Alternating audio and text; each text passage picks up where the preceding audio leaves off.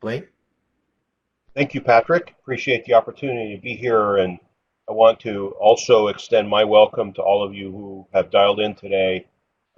There's over 60 of us on the call, and so I'm hoping that we can provide some information that'll be insightful to you. We've got some great speakers today to talk about some deployments that are going on, and I think this will be really valuable. So, this is the first of a series of webinars focused primarily on the Connected Fleet Challenge. I'm going to walk through a little background and on sort of how we got here, um, but then I will um, turn it over to Mark Kupko to talk a little bit more specifically about the Fleet Challenge. And then as you see on your screen here, we've got Mark from Pennsylvania DOT, Steve Novosad from HNTB, the Tampa Thea pilot contractor, and Curtis Thompson from the New Hampshire Department of Transportation to talk about some deployments. Hopefully, you're all familiar with the SPAT Challenge. The SPAT Challenge has been with us since April of 2016, so about 2.5 years, and we're really excited about how many people have engaged in the SPAT Challenge.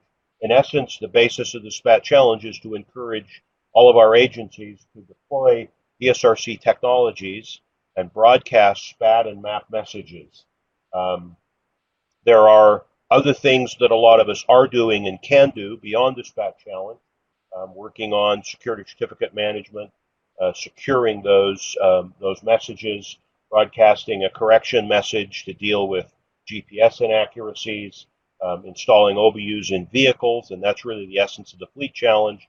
But many of us have kind of already started down that path, and implementing V2I applications. So making use of what we've deployed in a little more tangible sort of a way. And so that's really where some of this has gone. Um, the SPAT challenge specifically is challenging those of us in state and local infrastructure agencies to deploy DSRC units, broadcast SPAT and MAP with the goal of at least one corridor or network of about 20, I use the word about 20 intersections, and get something up in every state across the country. You can see the map there that shows where these deployments are and are being planned.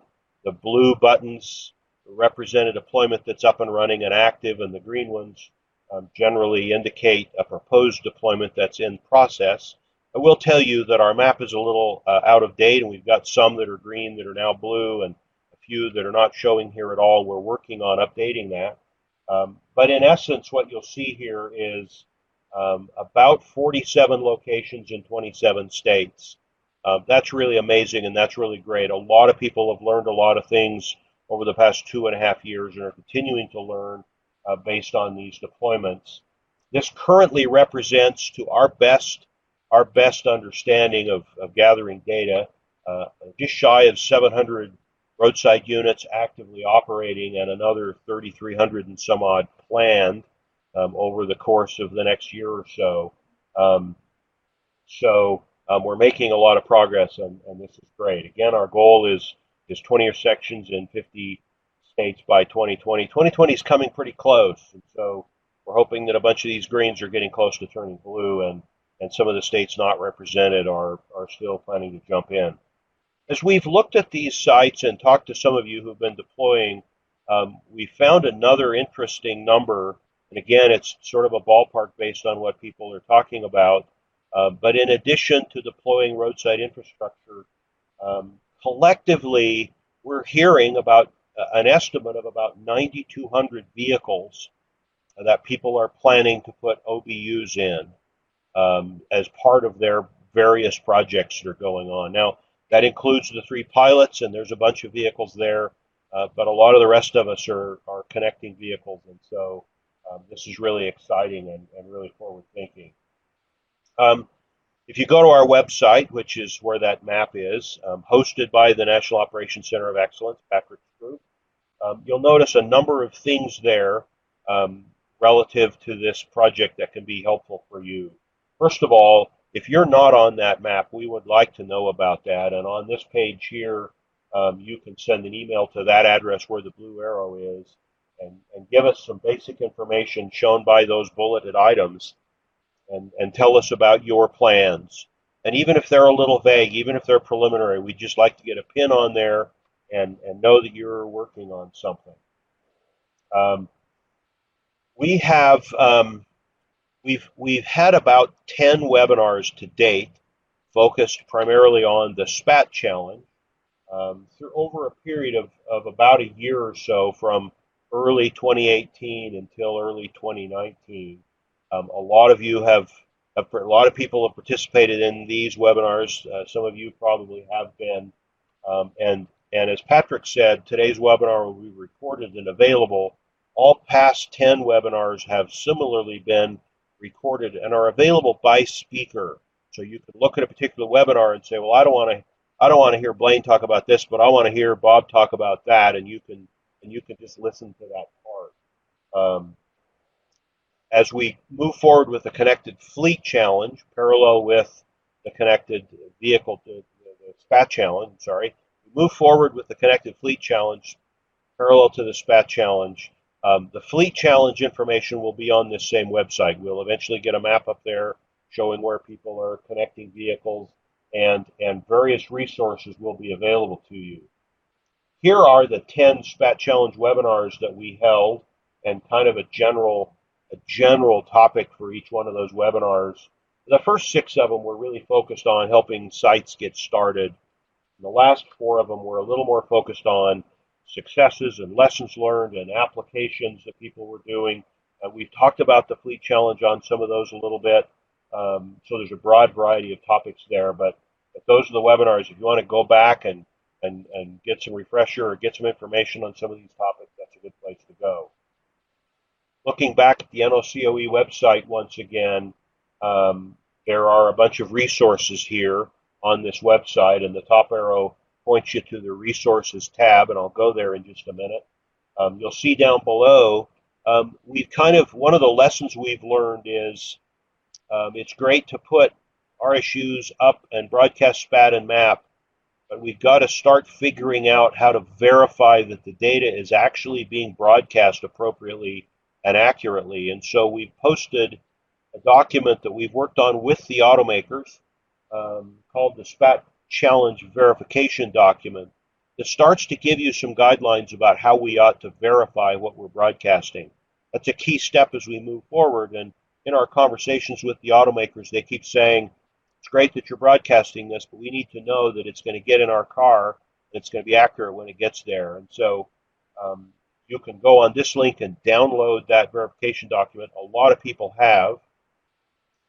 And what we would really like to have back from you once you've done that and done some work with it, we'd like some feedback from all of you about what you've learned about the verification process and how that's worked for you. And so we would like to modify this document based on that feedback.